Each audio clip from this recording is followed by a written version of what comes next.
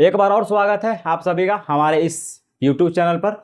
दोस्तों अभी तक हम लोग क्लास 11th बायोलॉजी में body fluids and it's circulation chapter पढ़ रहे हैं, जिसमें हम लोग ब्लड के बारे में पढ़ चुके हैं। ब्लड में हमने आरबीसी के बारे में जाना था, डब्ल्यूबीसी के बारे में जाना था एंड प्लेटलेट्स के बारे में जाना था। और इस तीनों के जानने के बाद हमने ब्लड क्लॉटिंग के बारे में जाना था। हमने ये जाना था कि एक्चुअली में ब्लड क्लॉटिंग किस तरीके से होता है। उसके बाद दोस्तों अब हमारा जो अगला टॉपिक है वो है सर्कुलेटरी पाथवे। देखिए दोस्तों, जब भी हम सर्कुलेशन का बात करते हैं तो हमारे बॉडी में एक फ्लूइड होता है किसी भी पदार्थ को ट्रांसपोर्ट करने के लिए, सर्कुलेशन करने के लिए। वो फ्लूइड या तो ब्लड होगा या तो लिम्फ होगा। हम लोग ब्लड के बारे में पढ़ चुके हैं। अब हमारे पास सवाल आता है कि हमारे बॉडी में वो ब्लड ट्रेवल कैसे करता है, वो ब्लड किस तरीके से हमारे बॉडी में आगे बढ़ता है और किस तरीके से वो ट्रांसपोर्टेशन का काम करता है।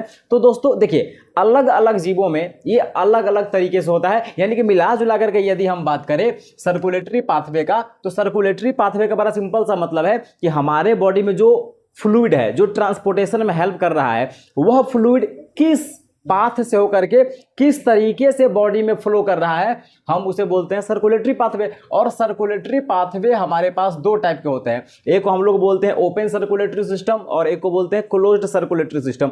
ओपन सर्कुलेटरी सिस्टम का क्या मतलब है दोस्तों, सबसे पहले आप थोड़ा सा समझने का प्रयास कीजिए और उसके बाद आप जब क्लोज समझ आएंगे तो ओपन समझ जाइएगा। इसीलिए मैं पहले क्लोज समझाने का प्रयास कर रहा हूं, ओपन में क्लोज के बाद समझा दूंगा। तो आप थोड़ा सा देखिए क्लोज सर्कुलेटरी सिस्टम किसको बोलते हैं। तो जैसे मान लीजिए कि मैं एग्जांपल लेता हूं इंसान का, तो दोस्तों आपने 10वां क्लास में पढ़ा होगा कि हमारे पास फेफड़ा होता है, एल्वियोलाई से ऑक्सीजन ब्लड में आता है, फिर वहां से ब्लड वेसल्स होते हुए हार्ट में जाएगा, फिर ब्लड वेसल्स के द्वारा हार्ट से विभिन्न बॉडी पार्ट में जाएगा, फिर विभिन्न बॉडी पार्ट से हार्ट में आएगा, फिर हार्ट से लंग्स के पास चला जाएगा। यानी कि हमारे बॉडी में ब्लड ट्रेवल करता है तो वह ब्लड एक फिक्स पाइप से होकर के फ्लो करता है, जिस पाइप को हम लोग बोलते हैं ब्लड वेसल्स। तो यानी कि मिला जुला करके कहने का मतलब है कि हमारे बॉडी में जो सर्कुलेटरी सिस्टम है वो सर्कुलेटरी सिस्टम इस तरीके का है कि ब्लड हमेशा एक क्लोज पाइप में फ्लो करता है। हम लोग इसे बोलते हैं क्लोज सर्कुलेटरी सिस्टम। तो क्लोज सर्कुलेटरी का बड़ा सिंपल सा मतलब है कि हार्ट के द्वारा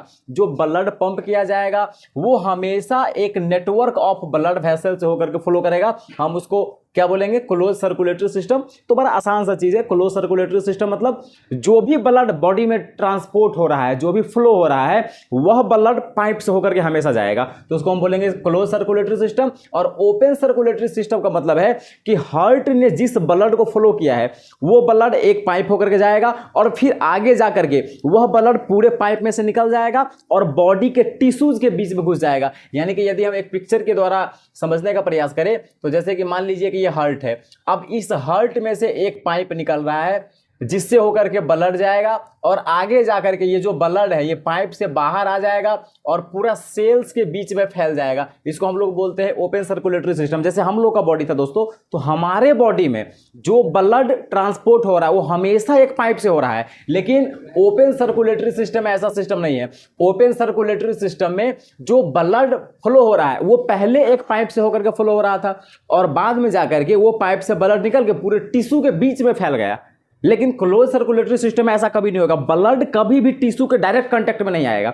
लेकिन जो ओपन सर्कुलेटरी सिस्टम है, ओपन सर्कुलेटरी सिस्टम में ब्लड पहले पाइप से होकर जाता है, फिर वो डायरेक्ट टिश्यू के कांटेक्ट में आ जाता है। तो जो टिश्यू के बीच में जो खाली स्थान होता है जिसमें ब्लड जाता है, उस खाली स्थान को हम बोलते हैं साइनसेस। याद रखिएगा, साइनस मतलब जो टिश्यू के बीच में खाली स्थान है और उसी खाली स्थान में वो ब्लड जाके घुस जाता है। तो यदि हम ओपन सर्कुलेटरी सिस्टम की बात करेंगे तो वैसा सर्कुलेटरी सिस्टम जिसमें हार्ट के द्वारा पंप किया हुआ ब्लड एक लार्ज ब्लड वेसल से जाएगा और फिर बाद में वो जाकर के टिश्यू के बीच में जो स्पेस है जिसको हम साइनस बोलते हैं उसमें चला जाएगा। आपको एग्जांपल याद रखना है, ओपन सर्कुलेटरी सिस्टम आर्थ्रोपोड में होता है और मोलस्क में होता है। तो ये आपको याद रखना है, डायरेक्ट एग्जांपल याद रखना है। ओपन सर्कुलेटरी सिस्टम किसमें पाया जाएगा, आर्थ्रोपोड में और मोलस्क में। उसी तरीके से क्लोज सर्कुलेटरी सिस्टम किसमें पाया जाएगा, तो एनिलिड्स में और कॉर्डेट्स में। तो ये बड़ा सिंपल सा हो गया, छोटा सा बात हो गया। मैं एक बार और बताने का प्रयास कर रहा हूं दोस्तों। सर्कुलेटरी पाथवे दो टाइप का होता है, open circulatory system and close circulatory system. Open circulatory system में हार्ट के द्वारा पंप किया हुआ ब्लड एक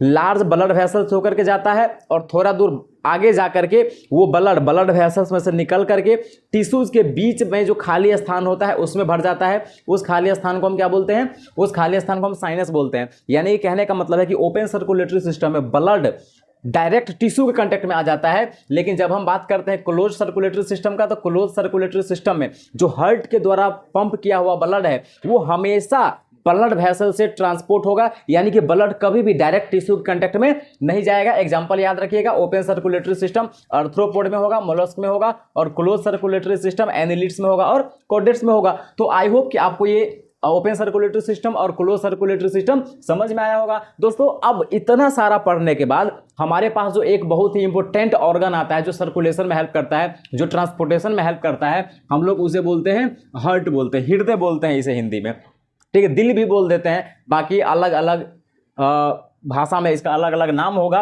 तो जब भी हम दोस्तों हार्ट का बात करते हैं तो हार्ट एक मस्क्यूलर ऑर्गन है। हम ह्यूमन के हार्ट के बारे में ढंग से पढ़ेंगे, लेकिन अभी फिलहाल बस आप इतना समझिए कि हमारे हार्ट में चैम्बर्स होते हैं। जो भी एनिमल्स का हार्ट है उस हार्ट में कुछ चैम्बर होते हैं। अब हार्ट में जो ऊपर वाला चैम्बर होगा उसको हम बोलते हैं एट्रियम, और जो नीचे वाला चैम्बर होगा उसको बोलेंगे वेंट्रिकल। जैसे आपने क्लास 10th में आप लोगों ने पढ़ा होगा, जैसे मान लीजिए कि हमारे पास ये हार्ट है। अब इस हार्ट में मान लीजिए कि 4 चैम्बर है, तो जो दोनों ऊपर वाला चैम्बर है हम इसे बोलते हैं एट्रिया। याद रखिएगा, ऊपर वाले दोनों चैम्बर को एट्रिया, ऊपर वाला एट्रिया होगा, वो 2 भी हो सकता है, 1 भी हो सकता है, ठीक है। तो ऊपर वाला जो चैम्बर होता है हार्ट का उसको बोलते हैं एट्रिया, और जो नीचे वाला होगा उसको हम बोलते हैं वेंट्रिकल। तो ये बात याद रखिएगा, मिला जुला करके हार्ट के पास चैम्बर होता है, ठीक है। उसमें से ऊपर वाला चैम्बर को एट्रिया बोलते हैं और नीचे वाले चैम्बर को वेंट्रिकल बोलते हैं। तो दोस्तों, जब हम फिश का बात करते हैं तो फिश के हार्ट में 2 चैम्बर होते हैं। अलग अलग जीव में चैम्बर्स की संख्या अलग अलग होती है,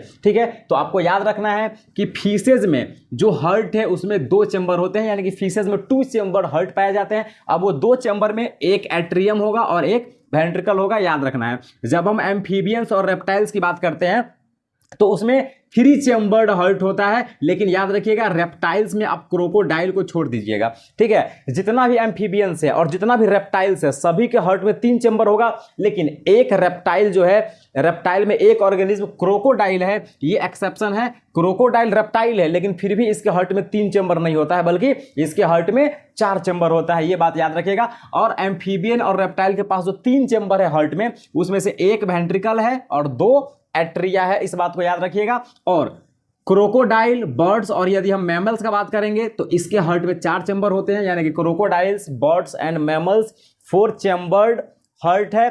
4 चैम्बर में 2 वेंट्रिकल होगा और 2 एट्रियम होगा। तो इसमें ऐसा कुछ समझने वाला लॉजिक था नहीं, ये बस याद रखने वाला बात था कि किसके हार्ट में कितना चैम्बर है, और यदि मान लीजिए कि उसके पास 2 चैम्बर है तो कितना एट्रिया और कितना वेंट्रिकल, यदि 3 चैम्बर है तो कितना एट्रिया और कितना वेंट्रिकल, यदि 4 चैम्बर है तो कितना एट्रिया और कितना वेंट्रिकल। तो आई होप कि आपको इतना बात समझ में आया होगा। अब देखिए दोस्तों, अब जैसे मान लीजिए कि मछली है, फिश है, अब उसके हार्ट में 2 चैम्बर है, तो उसमें किस तरीके से ब्लड फ्लो होता होगा। उसी तरीके से मान लीजिए किसी का हार्ट में 3 चैम्बर है तो किस तरीके से ब्लड फ्लो होता होगा। उसी तरीके से इंसान की यदि हम बात कर ले जिसके हार्ट में 4 चैम्बर है, तो आपने 10वां क्लास में पढ़ा होगा, आपने क्लास 10th में पढ़ा होगा कि हमारे पास 4 चैम्बर है, ठीक है। तो हमारे पास 4 चैम्बर है तो उसमें होता क्या है, थोड़ा सा आपको मैं समझाने का प्रयास कर रहा हूँ इसको मिटा करके। तो यदि हम ह्यूमन के बारे में बात करें तो आपने पढ़ा होगा हमारे पास 4 चैम्बर है। ऊपर में हमारा क्या था, ऊपर में लंग्स था और नीचे में हमारा क्या था, टिश्यू या सेल था। तो हमने पढ़ा था कि लंग्स से लेफ्ट एट्रियम में ब्लड आएगा, फिर उसके बाद वेंट्रिकल में आएगा, फिर यहाँ से टिश्यू में जाएगा, फिर यहाँ से राइट एट्रियम में जाएगा और फिर लंग्स में चला जाएगा। तो इस तरीके से ब्लड सर्कुलेशन हो रहा था। तो हम वहाँ पर क्या पढ़े थे कि देखो, एक बार सर्कुलेशन करने में, यानी कि एक चक्कर काटने में ब्लड हार्ट से 2 बार गुजरता है, एक बार आने टाइम पर, एक बार जाने टाइम पर। हम लोग इसको डबल सर्कुलेशन बोल रहे थे। तो मान लीजिए कि जिसके पास 4 चैम्बर है उसमें डबल सर्कुलेशन हो रहा है, लेकिन मान लीजिए जिसके पास 2 चैम्बर होगा उसमें, जिसके पास 3 चैम्बर होगा उसमें। तो आइए थोड़ा सा हम उसी बात को समझने का प्रयास करते हैं।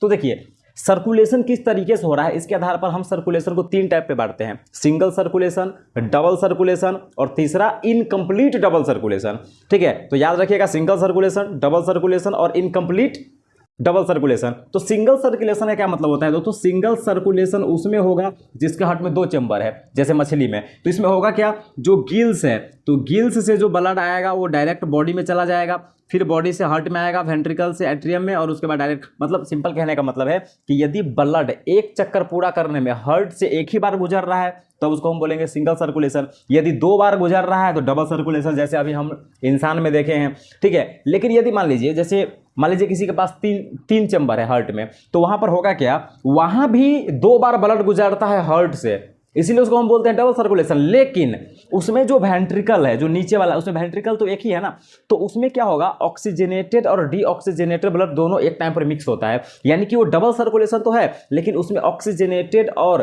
डीऑक्सीजनेटेड मिक्स हो जाता है एक टाइम पर, इसीलिए उसको हम कंप्लीट डबल सर्कुलेशन नहीं बोलते, हम उसे इनकम्प्लीट डबल सर्कुलेशन बोलेंगे। तो सिंगल सर्कुलेशन में ब्लड हार्ट से एक ही बार गुजरेगा, डबल सर्कुलेशन में 2 बार गुजरेगा और कभी भी ऑक्सीजनेटेड और डीऑक्सीजनेटेड ब्लड मिक्स नहीं होगा। लेकिन इनकम्प्लीट डबल सर्कुलेशन में ब्लड हार्ट से 2 बार गुजरेगा एक चक्कर पूरा करने में, लेकिन जो ऑक्सीजनेटेड और डीऑक्सीजनेटेड ब्लड है वो वेंट्रिकल में मिक्स हो जाएगा। तो आई होप कि आपको इतना सारा बात समझ में आया होगा। अगले वीडियो में हम हार्ट के बारे में डिटेल में पढ़ेंगे, ह्यूमन हार्ट के बारे में, किस तरीके से काम करता है, स्ट्रक्चर क्या है और भी बहुत सारा चीज़। तो आई होप कि आपको समझ में आया होगा। अगर आया है तो आप हमारे चैनल को सब्सक्राइब कीजिए। बाकी बहुत बहुत धन्यवाद। यदि आप हमारा ऑफलाइन इंस्टीट्यूट ज्वाइन करना चाहते हैं तो आप आ सकते हैं सहारघाट सेंट्रल बैंक के पास में, ठीक है, द विजन साइंस एकेडमी। बाकी आप कांटेक्ट कर सकते हैं दिए गए नंबर पर। बहुत बहुत धन्यवाद।